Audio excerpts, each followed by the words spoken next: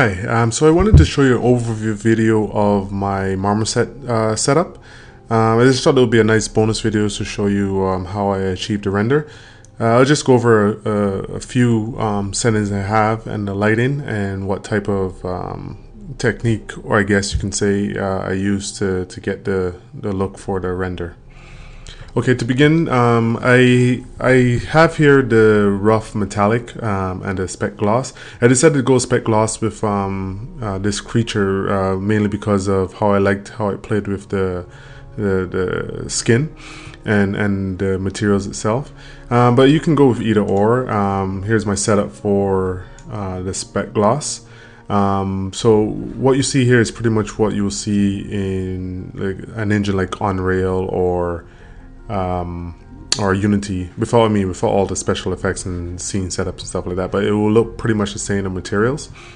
So for the normals, this is a setup to get a close look, as close as possible look in Marmoset, as opposed to how it will look in Unreal or the other engines.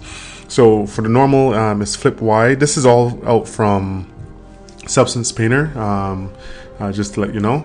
So all these maps were baked in Substance Painter and brought in, and the normal map is flipped Y because I use, I believe it was DirectX setup in Substance Painter.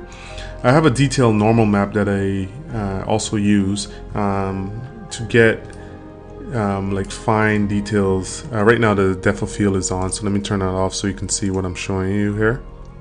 So if I turn off the depth of field, you see I have a detailed normal map set here, details, highland, offset, and the weight. I decided to use which texture is that?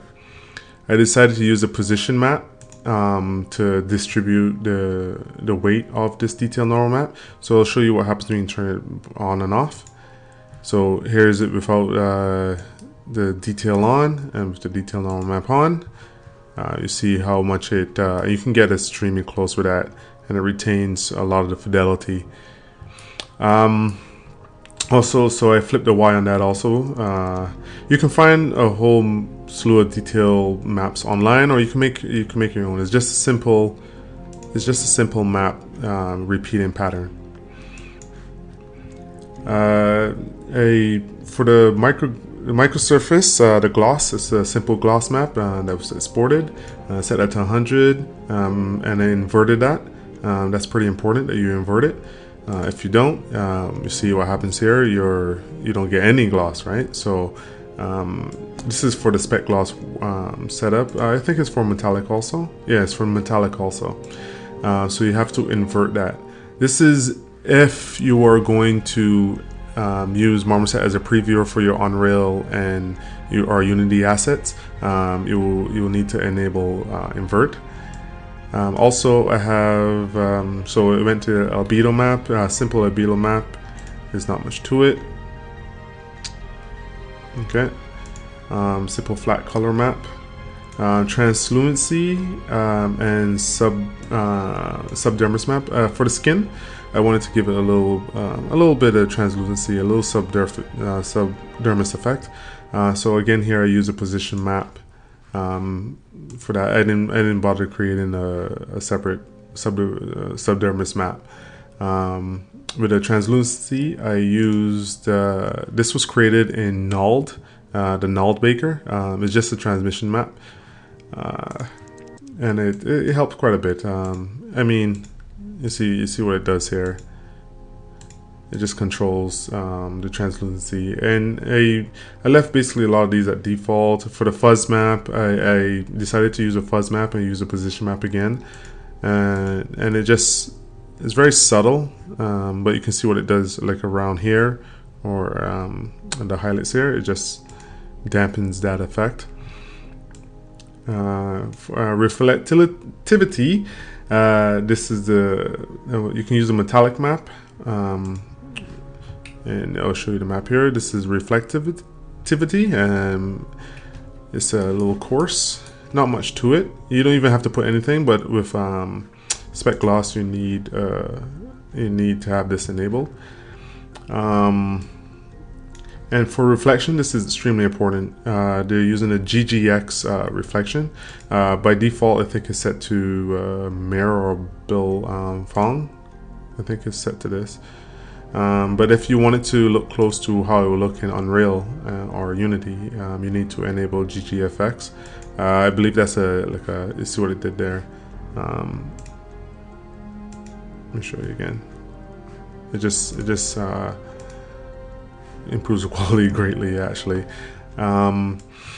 Secondary reflection, I have nothing in there. Occlusion, typical occlusion, brought that down a bit. And cavity map, same thing. Cavity map and occlusion now are supported in the cavity map was supported before in the viewer, but now occlusion map in the newest update 2.08 you can also include your occlusion map. Emissive, straightforward, that's for the eyes, for the gun. Let me show you. I could turn off all the lights here, and you can see that's what it's doing. And these reflections here, it's a neat effect. Like what it's doing here is that's the local reflections, and it adds let's see, you can see it here in the gun. If I back out, how it reflects off the other surface. It's a pretty neat effect. Ambient occlusion is included on the render tab. Ambient occlusion is included. High res shadows, front face shadows, all that stuff is included. Go back to the scene and turn back on these lights here. Whoops. Okay, that's the basic rundown of how I have the shader setup. The gun is pretty much the same thing. I decided to go with a cross light setup. You can see here, so one, let me just turn these off again so you can see what I'm doing. This light you're seeing is from, where is that from? It's from the gun light. Okay, so the cross light setup, I just basically, oops. Oh, let me turn off the sky first, sorry. So 378, let me turn that off first. Okay, so for the cross light setup, it's just basically one strong light. I set that to 11, and no shape adjustments, cast shadow.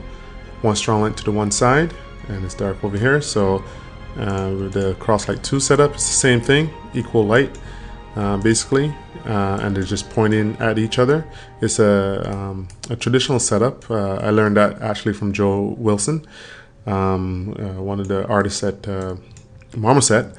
And so when you apply them both together, they cancel each other out and they eliminate the character pretty evenly. If you want to learn more about some light setups, you can actually go to Marmoset site and look into tutorials. They have some really nice explanations on lighting and how to achieve certain effects. So turn off the cross lights and the rim light. Yeah, that's pretty cool actually. So the rim light, I set it to a to a slight blue, and there's not much change to it. See, the lights aren't too drastic, and it gives a nice blue rim to the character. And gun light, I just wanted to create just a tight spotlight for the gun. I wanted to eliminate these rods here.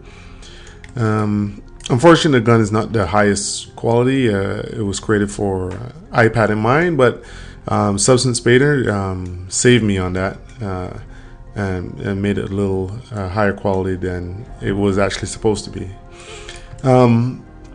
Okay, so when I enable all these lights together, when I set the sky up, so the sky back to, I'll show you what the sky is doing by itself. This is how much the sky is illuminating by itself. Okay, and let me turn back on the cross light. The fill light, I'll show you what that does. So I turn back on the cross light, 1, cross light 2, then the rim, and then the gun light. Okay, so for the main character settings, I have here, I put on the depth of field. You can see my depth of field settings up, the setups here. I didn't touch flare or distortion. For post effects, I adjusted the contrast just a bit, so that when you export, it looks nicer. It's not flat. The sharpness is up a little higher there. Bloom, I like using bloom, especially for things like this and off the shoulder. It creates a nice effect. The vignette, typical if you want to use vignette to frame the scene. And grain, add some grain. When you add grain to a scene, it just gives it that nice film quality that we're used to. Okay, so let me just reset the scene.